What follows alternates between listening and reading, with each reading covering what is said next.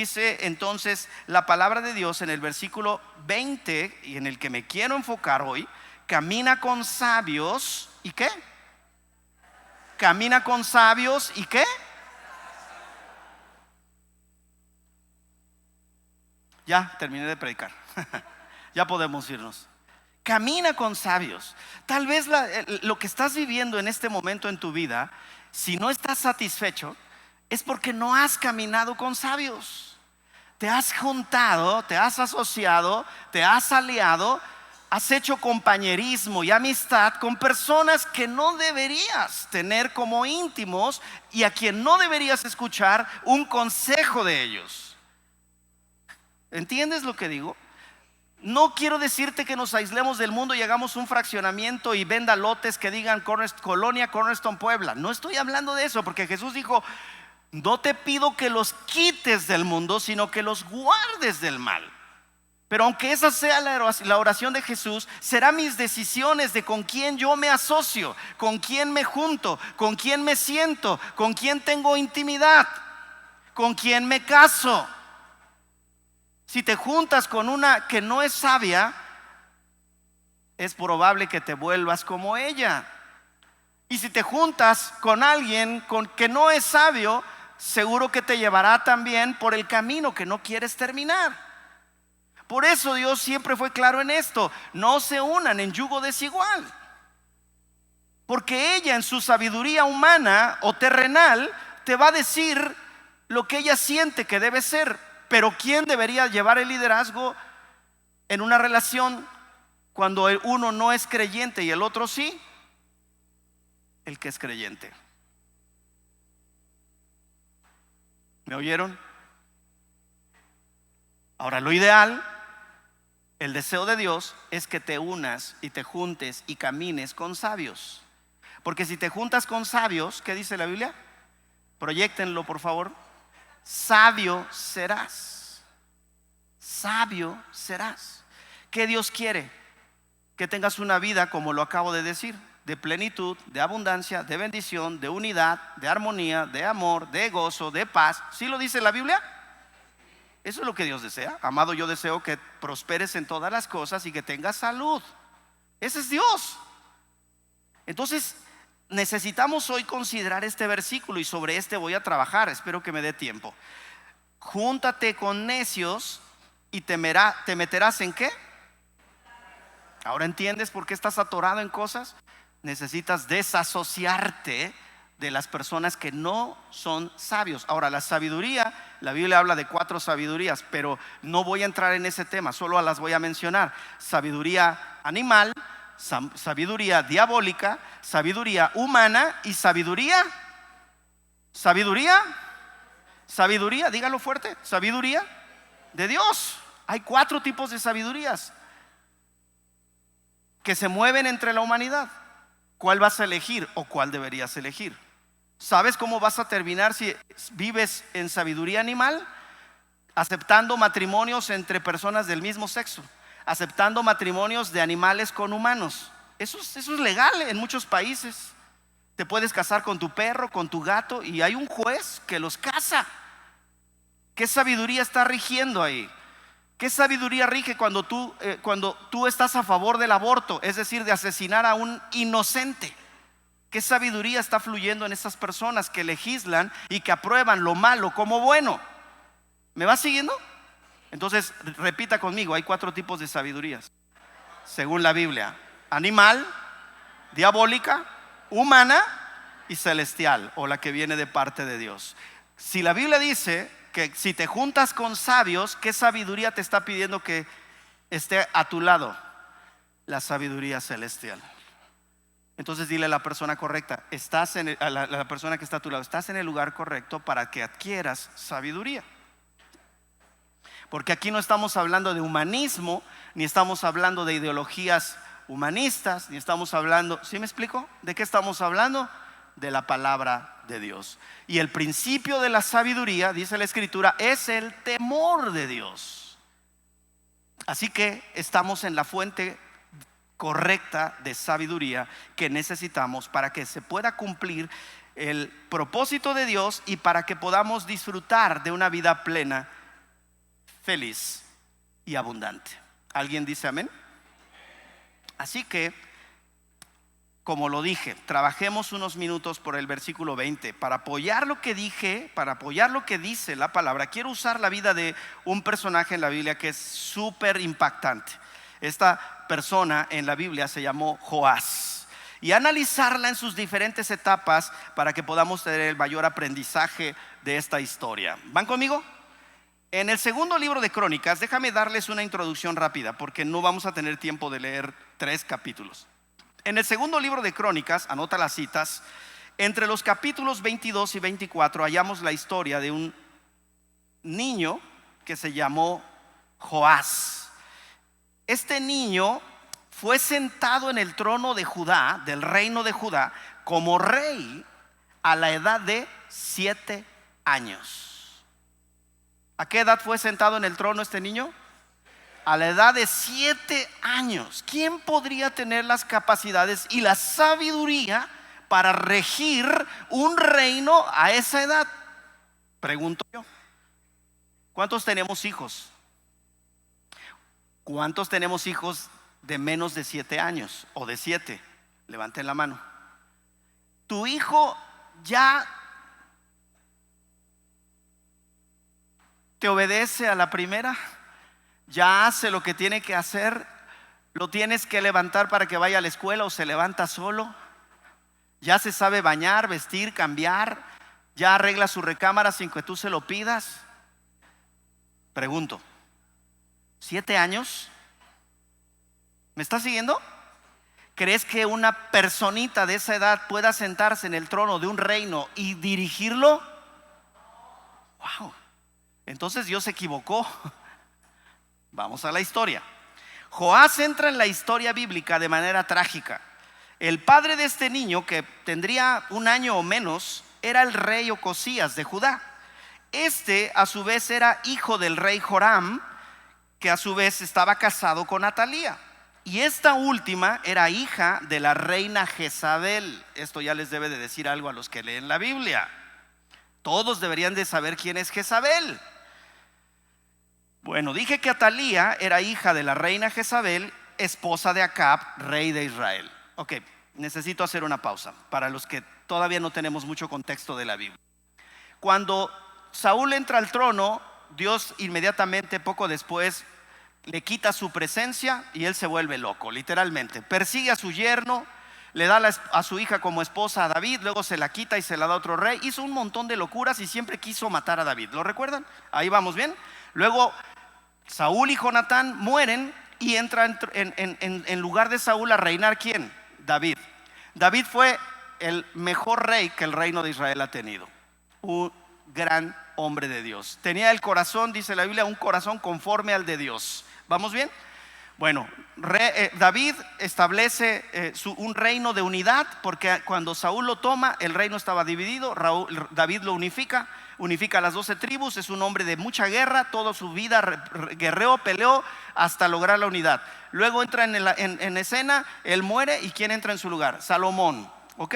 Salomón tiene un periodo de gran gloria porque comienza bien su reino. Prediqué el año pasado o hace 2 años, no todo lo que empieza bien termina bien, y hablé de la historia de Saúl. ¿Lo recuerdan?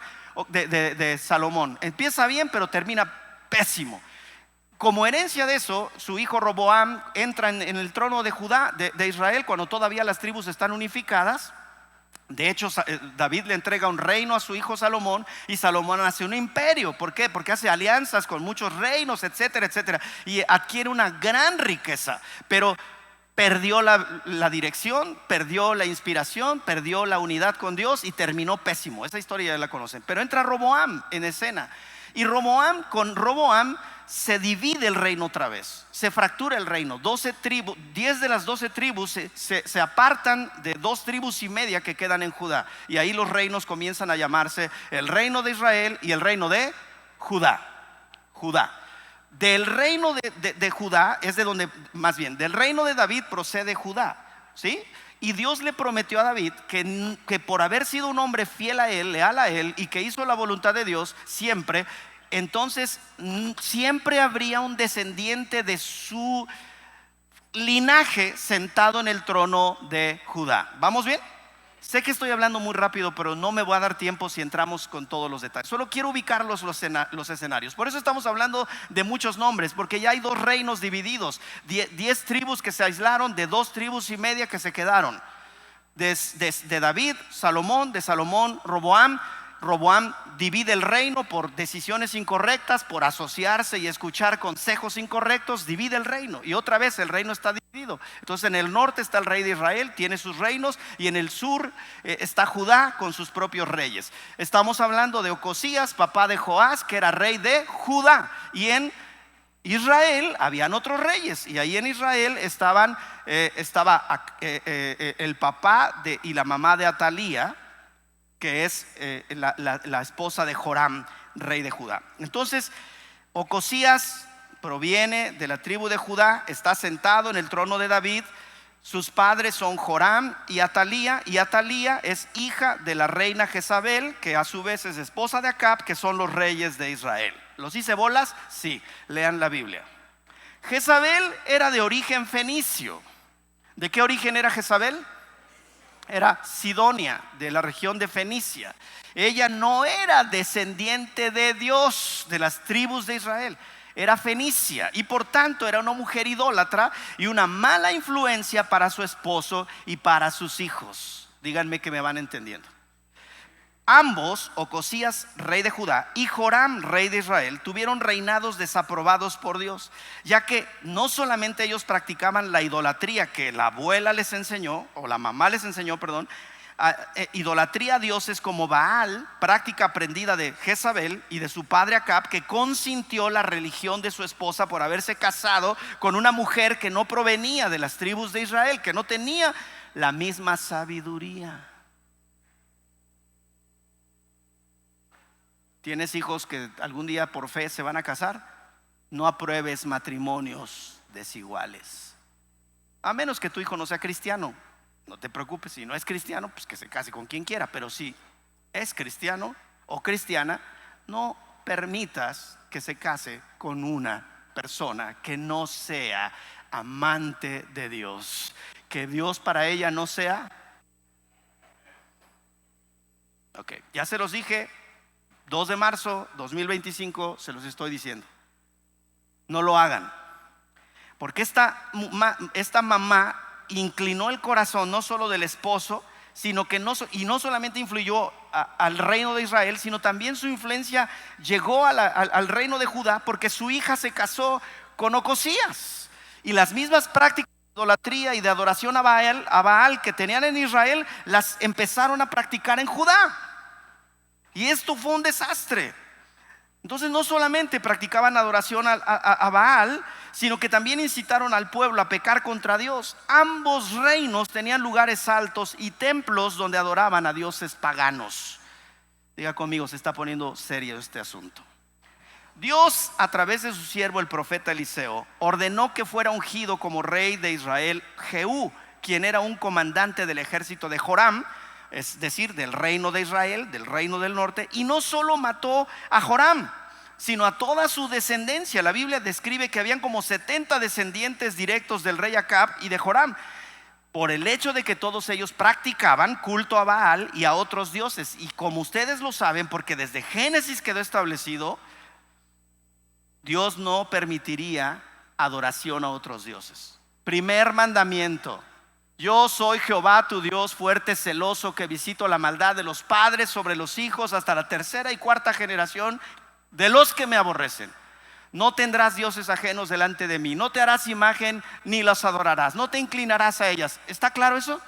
Dios decretó desde un principio que no iba a aceptar abominación. ¿Qué es abominación? Adoración a otros dioses. Si te casas con una pagana, si te casas con un pagano, es decir, con alguien que no confía en el Dios que tú crees, el Dios de la Biblia, va a poner su altar, y tú, para no tener conflictos, vas a ceder. Porque vas a decir: ay, pastor, es que quiero tener la fiesta en paz. Pues ¿para qué te casas? Obvio que vas a tener problemas. Que hay que bautizarlo, que la primera comunión, que hay que confirmarlo. Y tú, pastor, ¿qué hago? Pues, no me hagan hablar, por favor. Estoy tranquilo. Déjenme tomar agua. Dile al de junto, no lo hagas. Si tú ni estás convertido, menos la vas a convertir a ella. Si tú ni vienes a la iglesia, ¿crees que ella va a venir? Ok, sigo. Díganme, pastor, sígale, por favor. Ok. La Biblia describe que en cuanto la abuela del pequeño Joás, de tan solo 1 año de edad, se entera de que su hijo el rey Ocosías ha muerto por la espada de Jehú, porque Jehú se echa a los dos, se echa a Joram, pero también ve a Ocosías y dice, también me lo echo, porque este también está adorando a Baal. Así que mata a 2 reyes en un mismo tiempo. Mata al rey del norte y mata al rey del sur. Así que Ocosías, padre de este niño de 1 año, queda huérfano.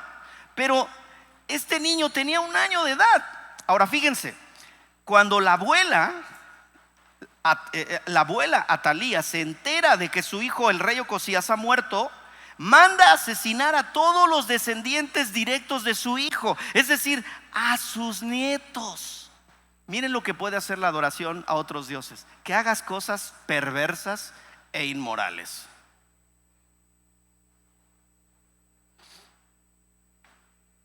Manda a matar a sus propios nietos. ¿Para qué? Para que ella pudiera quedarse en el trono de Judá como reina. Qué terrible historia familiar. Si hay un ejemplo de ambición por el poder, este es un gran ejemplo de ambición por el poder.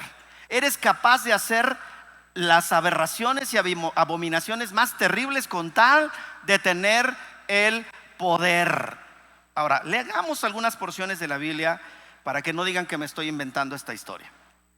Segunda de Crónicas 22 dice así: cuando Atalía, la madre del rey Ocosías de Judá, supo que su hijo había muerto, comenzó ¿a qué? A aniquilar al resto de la familia real de Judá. Bájale un poco, bájale. No lo pagues, nada más bájale. Ok, entonces apágalo. Gracias. Quería pasar a inadvertido Joel. Les presento a Joel. Pero Josabá, hermana, Josabá, no tiene acento. ¿Cómo se pronunciará, maestra Normis? Josabá, ¿verdad?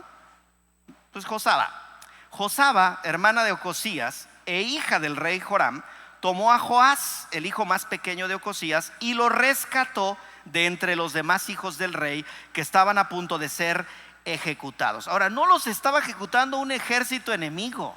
¿Quién los estaba ejecutando a esos niños, a esos hijos? La abuela. Esta sí que ni abuela tuvo, ¿verdad? Estos niños ni abuela tenían. La misma abuela mandó a matar a sus nietos. Dice que Josaba, hermana del rey Ocosías, la tía de Joás, rescató al niño. Dice, Josaba puso a Joás con su nodriza en un dormitorio. De esa manera Josaba, esposa del sacerdote Joiada y hermana de Ocosías, escondió al niño para que Atalía, la abuela, no pudiera asesinarlo. Joás permaneció escondido en el templo de Dios durante 6 años mientras Atalía gobernaba el país. Vean qué historia tan tremenda. Que el nieto se tenga que esconder de la abuela porque la abuela quiere su mal. Esto está terrible, ¿no? ¿Quiénes tuvimos abuela? ¿O quiénes ya no tenemos abuela? Bueno, ¿verdad que la abuela debe ser el ser humano después de mamá, espero, más maravilloso que un nieto deba tener? Porque los abuelos, yo hablo por fe, los abuelos deberíamos de tener la suficiencia en paciencia, en amor y en recursos para echar a perder a los nietos, para amarlos demasiado, para consentirlos demasiado, para hacerles saber cuán especiales son. ¿Estamos de acuerdo? Pero que te cuides de tu abuela porque quiere tu mal, eso está terrible. Díganme sí, díganme no. Esto me recuerda, fíjate, estos pasajes me recuerdan que aunque el diablo tenga sus planes para destruirte, si tú estás bajo la cobertura de la gente correcta, El Señor va a arruinar los planes del diablo a través de estas personas correctas, que son esas personas sabias que pueden oír el corazón de Dios, que pueden entender lo que Dios quiere hacer con tu vida, y van a hacer este efecto de cubrirte, de amarte, de cuidar de ti, de inspirarte, de enseñarte. Díganme sí, díganme no. Así que tú saldrás adelante para cumplir los propósitos del Señor si entiendes este principio. Debo estar cubierto, debo estar con la gente correcta, debo escuchar instrucciones, debo dejarme arropar y enseñar. Díganme sí, díganme no. Esta mujer, esposa del sacerdote Joiada, entendió el propósito de Dios para Joás. Y se arriesgó la vida para que pudiera esconder a este pequeño de 1 año de edad junto con su nodriza. Esto es un hecho valiente, pero eso hacen las abuelas, eso hacen los padres, eso hacen los hermanos mayores con los que están en un tiempo de inocencia y que no pueden ver el peligro en sus vidas. Papás, debes de tener claro que para tu hijo hay un propósito. Por tanto, no deberías de ser permisivo con ello, porque debes cuidar del tesoro que Dios puso en tus manos, para que cuando tú le entregues o lo entregues en el altar digas: ay, Señor, gracias, ya no es mi bronca. Hasta aquí cumplí con mi responsabilidad. Pero si vas a ir al altar a decir: híjole, es pobre cuate, no sabe con qué se va a casar, yo conozco a mi hija. No le arruines la vida al futuro yerno. Dile: mira, mi hija es así, así, así, y yo soy el culpable porque no le puse límites, no la enseñé, no la corregí, no la instruí, no le enseñé a amar a Dios. Así que te va a amargar la vida, pero tú sabes, ¿no? ¿Te verías así en el altar diciéndole a tu yerno eso a la hora que le entregues la mano de tu hija a él? Lo mismo aplica para los hombres, ¿eh? Claro, lo mismo aplica para ellos. Sigamos la lectura porque ya me están viendo mal. Miren, dice el Salmo 3:3: pero tú, oh Señor, eres un escudo que me rodea, eres mi gloria, el que me sostiene, el que sostiene mi cabeza en alto. El Señor siempre quiere rodearnos, pero ¿quiénes somos los que insistimos en salirnos de su cobertura? ¿Ahora entiendes? Si dejas que el Señor cubra tu vida con las personas correctas, en el lugar correcto, entonces vas a llegar a cumplir el propósito de Dios para tu vida y vas a ser feliz. Pero si estás desesperado por salirte de la cobertura de tus padres cuando no es el tiempo, vas a arruinar tu vida. Versículo 23, regreso a la lectura. En el 7º año del reinado de Atalía, el sacerdote Joiada, ¿cuántos años ya había reinado cuando este niño lo escondió la tía? 6 años había reinado. En el 7º año, el sacerdote Joiada decidió actuar. ¿Quién se atrevió a actuar? El siervo de Dios. El siervo de Dios. Se armó de valor e hizo un pacto con 5 comandantes del ejército: Azarías, Ismael, Azarías, hijo de Obed, Maaseías, hijo de Adaía, Elisifat, hijo de Sicri. Estos hombres viajaron en secreto por todo el reino de Judá y convocaron a los levitas y a los jefes de clanes de todas las ciudades para que fueran a Jerusalén, el centro del reino, Jerusalén. Entonces se reunieron frente al templo de Dios, donde hicieron un pacto solemne con Joás, que para esta época, ¿cuántos años ya tenía? 7 años, el joven rey. Joiada les dijo: aquí está el hijo del rey, ha llegado el momento para que él reine. El Señor prometió que un descendiente de David sería nuestro rey. El pleito de Atalía con Dios no es que fuera mujer. ¿Cuál era el pleito? Que no venía de la descendencia de David, ella era de origen fenicio. Y Dios le prometió a David: por cuanto tú me has servido de la manera en que lo has hecho y me has amado y me has obedecido, siempre habrá sentado en el trono de Judá un descendiente tuyo. Es decir, que Atalía estaba usurpando un lugar que no le correspondía. ¿Me siguen? Pero a Dios no se le va una. Diga conmigo, a Dios no se le va una. Ahora, fíjense, regreso al ejemplo que acabo de darles. Tú eres papá, vas a llevar a tu hija al altar, o tú eres mamá y vas a desfilar con tu hijo para ir al frente del altar donde va a esperar a la novia. ¿Sí? Tú sabes a quién llevas del brazo, ¿verdad? Ay, Señor, por favor, que no me la regrese. Por favor, que no me lo... Yo sé que hice un mal trabajo, Señor, pero que no me lo regrese. Ahora, este hombre de Dios tuvo ¿cuántos años para entrenar a este niño? 6 años. Y al 7º año, él sabía, porque Dios así se lo había confirmado, que este niño de tan solo 7 años ya estaba apto. ¿Quién puede estar a los 7 años apto para dirigir un reino, una casa, un matrimonio? Pero entiende el trabajo de Dios a través de las personas correctas. Porque el primer pasaje que dije que en el que nos vamos a enfocar es: el que se junta con sabios, sabio se hará. Joiada estaba haciendo un gran trabajo espiritual, de instrucción, de capacitación, de entrenamiento, como lo deberías hacer tú, papá. Porque es nuestra responsabilidad. La escuela no los va a educar, la escuela no les va a enseñar moral, la escuela no los va a enseñar a ser caballerosos o femeninas. De ninguna manera van contra esto. Ahora tenemos una opción en la iglesia, ¿verdad? Cornerstone Puebla College, primaria, secundaria, kinder. Podemos ayudarte en esa área. Instrucción espiritual y instrucción de calidad, porque es como si estuvieran tus hijos estudiando en Estados Unidos. Todo es en inglés. Van a tener calidad educativa, pero sobre todo instrucción bíblica diaria. ¿Crees que tu hijo lo necesita para enfrentar este mundo que está cada vez más loco? Regreso al tema. Joiada a los 7 años presenta a Joás de 7 años y dice a todos los comandantes, el ejército y demás gente de autoridad: Joás está listo para sentarse en el trono porque él es descendiente de David.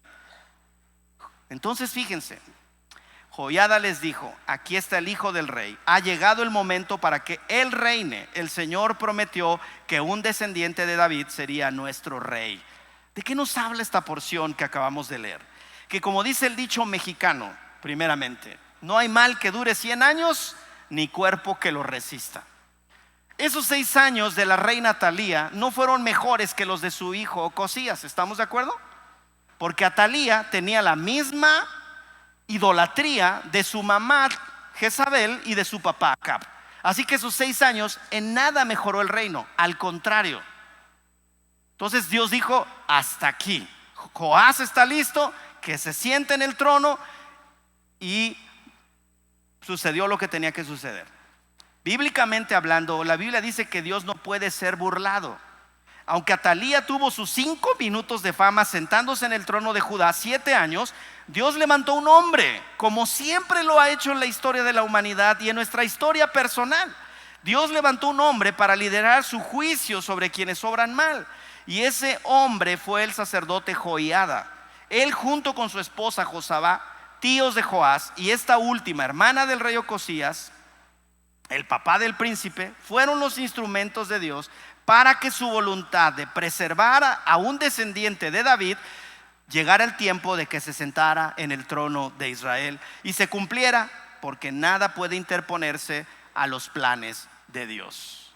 Dije yo, nada puede interponerse a los planes de Dios. ¿Alguien dice amén? Así que Dios, como en la historia de la Biblia y en nuestra historia personal, un día levantó un hombre, un día levantó una mujer que te habló de Cristo. Porque Dios dijo: ya basta de que Omar ande haciendo puras tonterías, puras locuras. Necesita conocerme.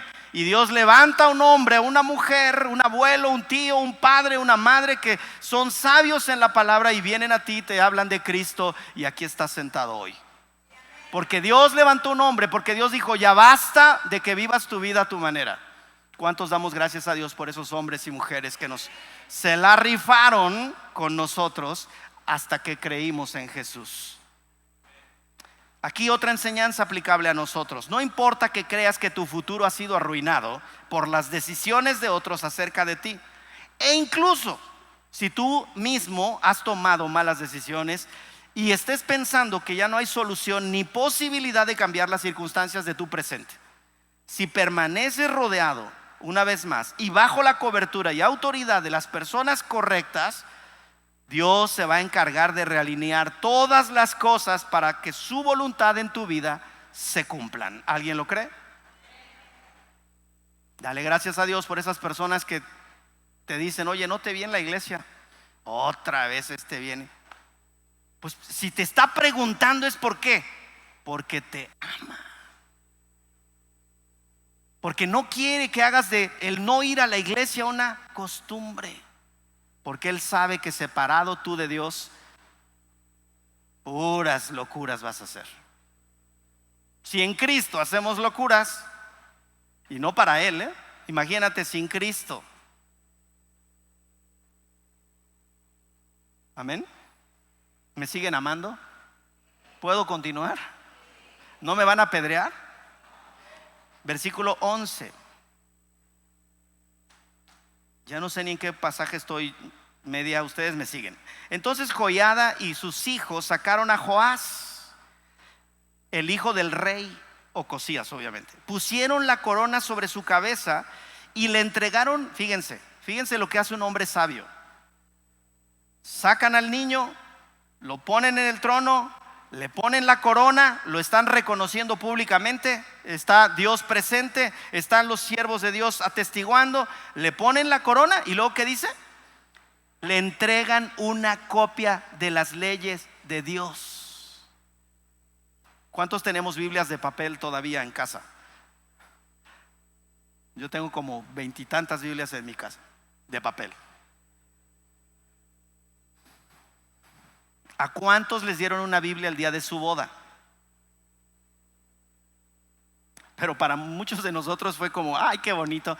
La guardamos y se empolvó. Forever and ever ha estado cerrada e intacta. Hasta la tienes como pieza de museo. No me la toquen, es mi recuerdo. No te la dieron para que la pusieras en una caja de cristal. No te la dieron para que le presumas a tus nietos y bisnietos si llegas a esa edad de ver a conocer a tus nietos y le digas, mire, esta boda me la dieron en mi boda, esta Biblia me dieron en mi boda y no la he tocado. ¿Para qué le dieron a un niño de 7 años una Biblia, una copia de la Biblia, una copia de las leyes de Dios? Para que las estuviera todo el tiempo recordando. Díganme sí, díganme no. Si tienes Biblia en tu casa es para que sea una pieza de museo o algo que sostenga los demás libros porque está tan gruesa y pesada que te ayuda para sostener los demás libros, ¿o para qué te la dieron? Es una fuente incalculable de sabiduría, pero no es por transfer. A mí me encantaría que hubiera una tecnología que me pasara la Biblia aquí y no tuviera que leerla. ¿Estamos de acuerdo? Pero implica una determinación, entender que eso es un tesoro y que eso me va a hacer sabio. ¿Me sigues? Porque si soy soltero, casado, viudo, divorciado, dejado, abandonado, cualquiera sea mi condición, necesito sabiduría para que no se repitan esos errores de mi vida. ¿Sí? ¿Sí? Cuando Atalía oyó el ruido de la gente que corría y los gritos aclamando al rey, fue deprisa al templo del Señor para ver qué pasaba. Cuando llegó, vio al recién coronado rey de pie en el lugar de ¿qué? Autoridad. Solo a un sabio Dios le puede dar sabiduría y autoridad y respaldar su autoridad. Pero imagínate que no eres sabio y te dan autoridad. Pues ya tenemos muchos ejemplos en el gobierno federal, estatal, municipal. Porque tienen autoridad, pero no tienen sabiduría de Dios. Entonces lo ve parado la abuela en el lugar de autoridad, junto a la columna de la entrada al templo. Los comandantes y los trompetistas lo rodeaban, y gente del todo el reino celebraba y tocaba las trompetas. Los cantores con instrumentos musicales dirigían al pueblo en una gran celebración. Había una pachanga como las que hacemos los mexicanos por el entronamiento de este niño de 7 años. Cuando Atalía vio todo esto, rasgó su ropa en señal de desesperación y gritó: sálvese quien pueda. Ella sabía que ya había terminado su momento. Por eso ella grita desesperada: traición, traición. Pero ¿quién le iba a hacer caso si ya estaba el nuevo rey coronado y en el lugar de autoridad? Tenemos un dicho en México que dice, yo estoy con mis dichos, ¿verdad? Al que obra mal, le va mal. No podía terminar esta historia de otra manera más que de manera trágica. En este caso, el rechazo de Dios, como lo mencioné, a la reina Atalía, no era solo por el hecho de que había asesinado a todos sus nietos